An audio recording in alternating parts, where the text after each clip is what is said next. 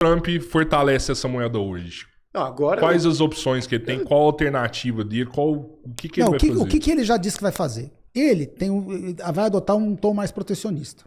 Tá? Ou seja, ele já declarou isso. Ele vai, até porque ele recebeu apoio, né, do pessoal dos sindicalistas, das indústrias, vai tentar trazer assim, vai fechar mercado. Vai tentar colocar tarifas para fechar mercado e estimular a produção dos Estados Unidos. Produção vai ser Porém, interna. isso, se não for feito de forma muito gradual, você vai ter um problema, porque o americano hoje não tem condição de produzir no mesmo preço, tudo no mesmo preço que o chinês ou que o vietnã, não sei o quê. Então, o americano tinha, ele fabricava desde o cadarço até aquele plástico que estava em volta, sabe, na pontinha do cadarço? Fabricava os tênis, fabricava todos os aspectos de qualquer produto que Mas você ele via. abriu mão disso aí, inclusive Foi abrindo mão, trás, foi abrindo mão. Não tem tecnologia. Os Estados Unidos hoje, é uma economia de serviços hoje. Sim. Não é mais uma economia acho que industrial. não tem mão de obra lá mais. Economia de serviços. Mão de obra industrial está em falta. Mão de obra industrial está em falta, mas ela é cara lá. É cara, né? O welfare state, você fica dando cheque para todo mundo, ninguém aceita emprego baratinho lá. O cara recebe cheque, é que nem aqui. O cara prefere receber 2 Bolsa Família do que arrumar um emprego na faixa mais menor. E vai desindustrializando. Então não é fácil ele abrir a fronteira. Não, isso corre um risco. Isso aí, se for feito de forma muito abrupta, você corre um risco, porque você vai ter de imediato um encarecimento dos produtos. Sim. E a pessoa não tem poder de compra para isso. Tá? Então você tem uma queda de consumo. Uma queda de consumo, um squeeze. Isso pode ser um fator gerador de instabilidade no mercado. E outra pergunta, a indústria está disposta a produzir lá? Porque essas pessoas hoje elas querem ninguém está segurança. disposto porque é caro. Não é viável. Caro. Não é viável. Então assim, não vai ser fácil ele fazer isso. Eu acho que do jeito que tá as coisas, ele não consegue fazer isso. E ele tem ensinado, né? Se eu fosse ele, eu vou aqui especular. Vou jogar aqui, maduro aqui, já um pouquinho. Não sei se ele vai fazer isso. Mas ele vai entender o seguinte. Essa transferência de indústria que antes estava nos Estados Unidos para países que hoje são inimigos e rivais políticos, ele vai cortar e vai tarifar ao máximo. Então, o que vem da China, o que vem da Rússia, o que vem talvez da Índia, ele vai tarifar ao máximo. Assim, ó, vocês não são inimigos alinhados. O Brasil entra nessa de inimigo ou não? Não, peraí. Aí essa que é a nuance aqui. Mas os países que são amigos e que ainda querem manter o dólar como sendo a moeda dominante, falam assim, olha, para você a tarifa não é tão alta assim. Então pode até ter possibilidades do país Brasil se industrializar dentro desse escopo de adoção, de manutenção do dólar como sendo uma moeda de troca ainda de reserva cambial. É o que eu faria, tá? Se eu fosse o Trump, porque, como o Facuri mencionou, não dá. Antes eu produzia tudo. Só que o mercado não era tão sofisticado assim. Já era sofisticado, mas eu não conseguia produzir tudo. Já nos anos 70, os taiwaneses fabricavam os eletrônicos, já dominavam tudo. Muito bem, agora eu quero fabricar tudo de novo, mas eu não vou conseguir. E se eu resolver fechar mercado para vários desses fornecedores-chave, eu vou criar um problema grave no meu mercado interno. Então eu vou trocar o fornecedor de um fornecedor barato inimigo para um fornecedor barato amigo, né? Que é o que eles estão chamando de friendshoring, né? Tirar da China, tirar de países assim que eles não têm tanto amizade política e trazer para países que estão mais próximos. Então, o México é bem provável que possa sair beneficiado. Argentina, Brasil, países que estão... A oportunidade vai bater na porta. Mas com esse governo, certamente não vai. Mas esse é o ponto. Tudo isso tem uma pegada. Tá uma pegada. O consumidor americano continua sendo endividado. A economia americana continua sendo endividada a recorde. E para manter o consumo, ele tem que ter uma emissão de dívida anual. Você tem que ter emissão monetária para você manter o PIB americano nesses níveis, porque os Estados Unidos está devendo mais que a despesa de juros da dívida americana é mais que a orçamento de defesa. São 36 trilhões de dívida que tem que ser servidas todo ano, que custa mais de 1 trilhão de juros por ano para servir essa dívida. Aumentou 1 trilhão, né? Então, esse momento em que você está dependente, o Estado americano já é dependente de uma emissão monetária para que compre e financie o déficit americano. A emissão monetária é definida não pelo Estado americano. O Estado americano vai lá e gasta, mas se não tiver ninguém para comprar o título, quebrou. Então quem mantém o Estado americano funcionando meio que como refém é quem controla a emissão monetária, que é o Fed e os bancos. Se o banco aumenta o crédito, e decide, ele pode comprar um crédito, certo? E emprestar. Se o agente econômico que decide emprestar vai lá e empresta para o governo americano, a roda gira. Se ele parar de emprestar, não gira. Então, esse para mim é o único ponto vulnerável de tudo que o Trump tem para fazer. Porque em algum momento ele está enfrentando esquemas de poder globais que a gente sabe. Esses esquemas controlam os bancos e o empréstimo. O Fed, outro dia, alguém falou para o chairman do Fed, que você vai ser demitido. Ele falou, ninguém vai me demitir. Só quem demite o chairman do Fed é os banqueiros. Eles que escolhem. Não é o presidente que escolhe, os presidentes escolhem uma lista. Eu dou as cartas. Aqui no Brasil a gente luta pela autonomia do Banco Central, mas lá, exatamente para não cair na mão desse pessoal do governo. Lá o Trump está fazendo exatamente o combate ao contrário. Exatamente. Né? Autonomia Ele está do Banco Central, menos autonomia do Banco Central, exatamente para ter esse lastro, esse controle de autonomia juros, do Banco que Central, também não é saudável. Não, mas ao mesmo tempo, como o Facur está falando, não é que ele está na mão de um grupo idôneo, ele está na mão de um grupo de interesse. Esse é que é o ponto. Um grupo antagônico. Então, se for para tirar da mão do grupo de interesse e antagônico a exatamente essa visão de estabilização do país, aí sim você tem que pensar, poxa vida, então, é um risco mesmo você ter essa autonomia toda e um grupo de interesse vai lá e aparelha esse Banco Central e eles começam a agir em função dos interesses do grupo e não do que a nação realmente necessita. Mas não é que aparelha, Luiz. A ideia já era deles. Não tem nem que aparelhar. Isso é eles, desde o começo. O Fed é eles desde o começo. Não é que eles vão aparelhar. O Kennedy tentou tirar isso aí. Dizem que é por isso que eles... Mas é por isso. Mas olha, vocês tentou mexer nisso. Vocês estão tocando num ponto que aí o eleitor está falando, puxa, eu estou escutando isso aí pela primeira vez, estou entendendo 15% aqui que vocês estão falando. Mas é exatamente por causa dessa questão de Banco Central no comando ou do Estado ou de um grupo de interesse que o Milei falou assim, vou acabar com o Banco Central. Não é para ter Banco Central. Volta como o século XIX. Volta para o século XIX. Cada banco faz a sua moeda. Tenho um problema, eu chamo a população e vamos resolver esse problema financiando o lance de dívida aqui do Tesouro e direto com a sociedade. Cada banco emite a sua moeda como não precisa do Banco Central. Entendeu? Então, agora, é isso que é o Banco Central é o grande manipulador. Por isso que eu chamo de armadilha. Foi plantado um cavalo de Troia lá atrás e hoje o governo americano e os outros governos estão na mão deles. Porque se eles controlam o outro lado, o lado que financia a dívida. Para você ter criação de moeda, você precisa ter alguém tomando e alguém emprestando. Quem empresta são eles. Eles são que decidem quantos leilões vão ser comprados, eles são os grandes bancos. Se eles amanhã cortarem o crédito, resolver uma ordem que eles dão, essa semana eu não quero comprar título da dívida americana. Fica quieto aí. A taxa abre, porque o governo tem que tomar.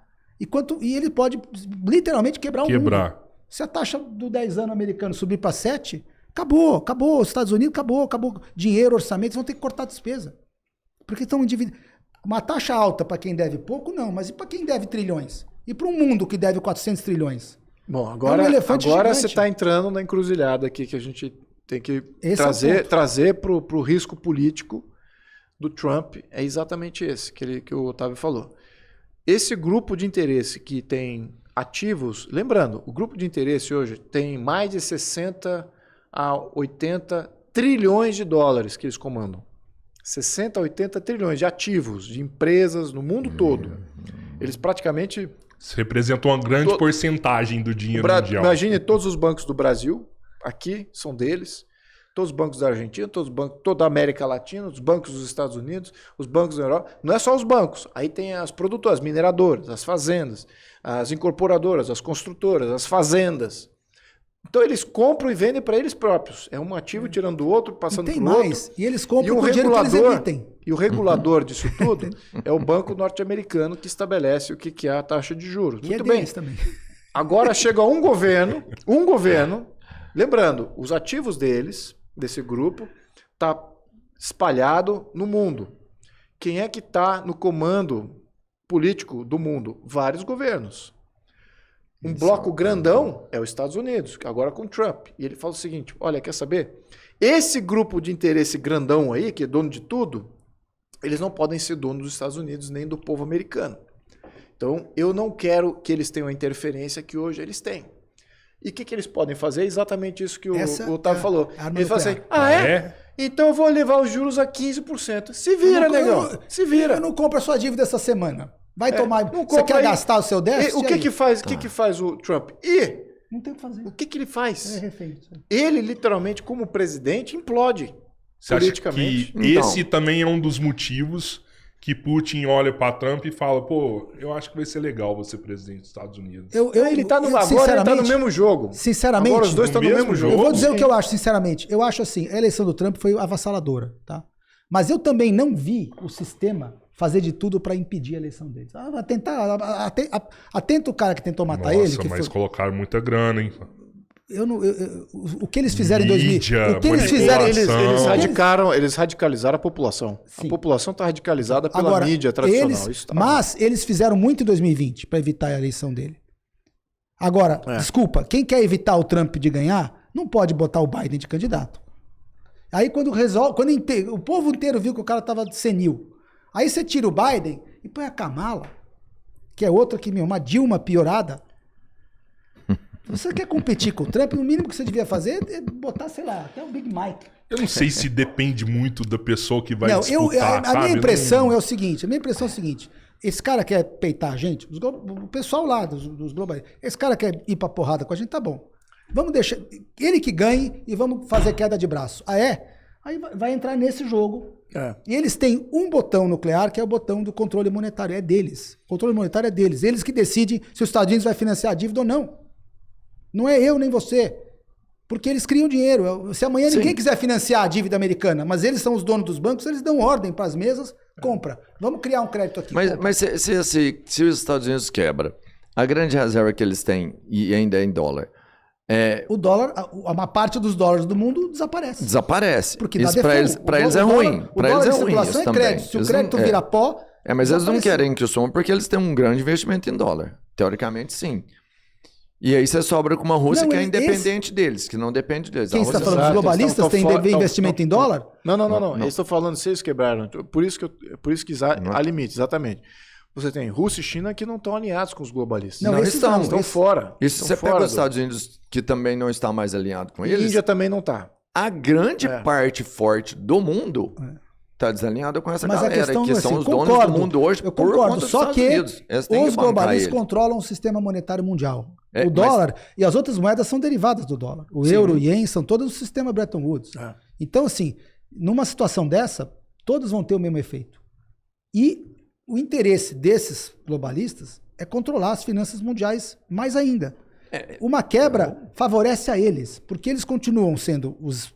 Eu sei, eles pegam o ouro que fabricam a moeda, eles vão impor uma moeda única, que é o que eles sempre quiseram. Mas assim, o que ele está falando aqui é o jogo político que hoje...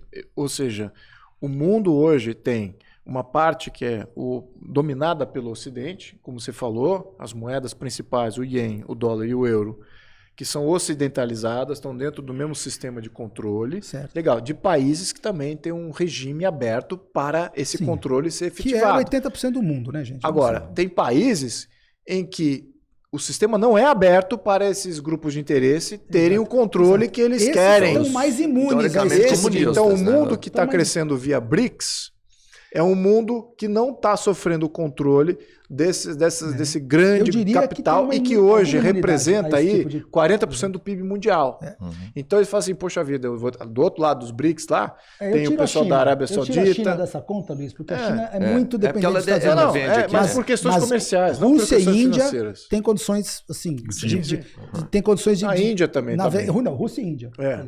Tem condições de navegar um cenário de quebra mundial muito melhor do que a China. Mas eles todos estão incomodados. Se você pegar a Arábia Saudita, você pegar a Rússia, China, todos eles têm incômodo de ter que lidar com o dólar.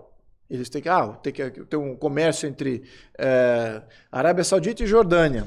Poxa, qual moeda que a gente vai usar? Vamos usar o dólar ou vamos usar o euro, entendeu? Que estão dentro do sistema internacionalizado, ou seja, até pouco tempo atrás. Agora começam a lidar com as suas próprias moedas ou lidar com a moeda alternativa, como o yuan ou o rublo, não, mas o yuan ou o rúpia da Índia. Então, esses também começam a exportar seus bens, o mundo começa a comprar mais seus bens, e eles começam a dizer, você quer meu produto? Então tá bom, me paga na minha moeda. Sim. Converte para minha moeda e fique aí com um lastro, reserva cambial em minha moeda. Então, o yuan acho que não me engano, dobrou ou triplicou em termos de reserva mundial. Está muito baixo. Está muito baixo ainda. Mas foi de 1,5%. Quer dizer que ele pegou o mercado. Foi 1,5%, já está batendo 6% aí da reserva mundial. Então eles estão galgando espaço. Mas eu vou arriscar uma previsão nessa linha. Nenhuma dessas moedas, nem yuan, nem rublo, nem rúpia, vai ser moeda reserva mundial.